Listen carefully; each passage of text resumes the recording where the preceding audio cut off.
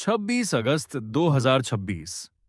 नेपाल के हिमालयी इलाके में सुबह एक आम दिन की तरह शुरू हुई थी, लेकिन कुछ ही घंटों बाद पहाड़ों से आया पानी, मिट्टी और मलबा अपने रास्ते में आने वाली हर चीज को तबाह करने वाला था। ये कहानी है उस भयानक बाढ़ की, जिसने कुछ ही घंटों में नेपाल के कई इलाकों को हिला दिया। 8:37 AM शुरुआत। सुबह 8:37 पर 4.4 मैग्नीट्यूड का साइज्मिक सिग्नल रिकॉर्ड हुआ। इसी दौरान तिब्बत की तरफ पहाड़ और बर्फ के बड़े हिस्से के खिसकने से नदी का रास्ता अस्थायी रूप से ब्लॉक हुआ।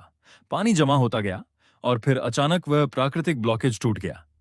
एक विशाल फ्लड सर्ज भौतिकोशी रिवर में आ गया। 8:40 बजे शब्रुबेसी मॉनिटरिंग स्टेशन पर रिवर लेवल सिर्फ 1.62 मीटर था, लेकिन अगले कुछ मिनटों में हालात पूरी तरह बदलने वाले थे। 8:50 बजे मॉनिटरिंग स्टेशन का ट्रांसमिशन बंद हो गया और करीब 9:05 बजे अथॉरिटीज को पता चला कि तिब्बत की तरफ से मैसिव फ्लड नेपाल में प्रवेश कर चुका है। 9:15 से 9:16 बजे के बीच अथॉरिटीज ने रसुआ, नुवाकोट, धदिंग और चितवान के लोगों को इमरजेंसी एसएमएस अलर्ट्स भेजे। 6 लाख से ज्यादा मैसेजेस। लेकिन फ्लड बेहद तेजी से नीचे की ओर बढ़ रहा था। रासुआ सबसे पहले रासुआ के इलाके इसकी चपेट में आए। सड़कें, पुल, घर और इंफ्रास्ट्रक्चर पानी और मलबे के सामने टूटने लगे। भयानक फ्लड अब त्रिशुली रिवर की तरफ बढ़ चुका था। 11:43 AM ब्रिज डिस्ट्रॉयड। सुबह 11:43 पर फुरके एरिया का ब्रिज और आसपास के स्ट्रक्चर्स फ्लड में बह गए। अब साफ हो चुका था। यह कोई सामान्य बाढ़ नहीं थी।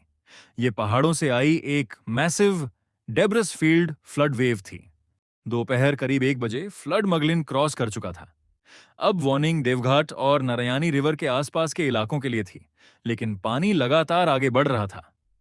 2:14 बजे कलिखोला मॉनिटरिंग स्टेशन पर रिवर लेवल डेंजर मार्क से ऊपर चला गया। पीक लेवल लगभग 12.3 मीटर रिकॉर्ड हुआ। पानी के साथ रॉक्स, मड, ट्रीज और भारी डिब्री भी बह रहा था। 3:20 पर फ्लड देवगढ़ पहुंचा और करीब 4 बजे वहां रिवर लेवल 6.57 मीटर पर पीक हुआ। करीब 10 घंटे पहले शुरू हुई यह फ्लड वेव अब हिमालय से बहुत दूर तक पहुंच चुकी थी। शाम होते होते फ्लड का पानी कम होने लगा, लेकिन तबाही बहुत बड़ी थी। कई लोगों की मौत हुई, सैकड़ों लोग मिसिंग हुए, सड़कें और ब्रिजेस टूट गए और हजारों लोगों को रेस्क्यू की जरूरत पड़ी। नेपाल आर्मी और पुलिस ने हेलीकॉप्टर्स और ग्राउंड टीम्स के साथ मैसिव रेस्क्यू ऑपरेशन शुरू किया।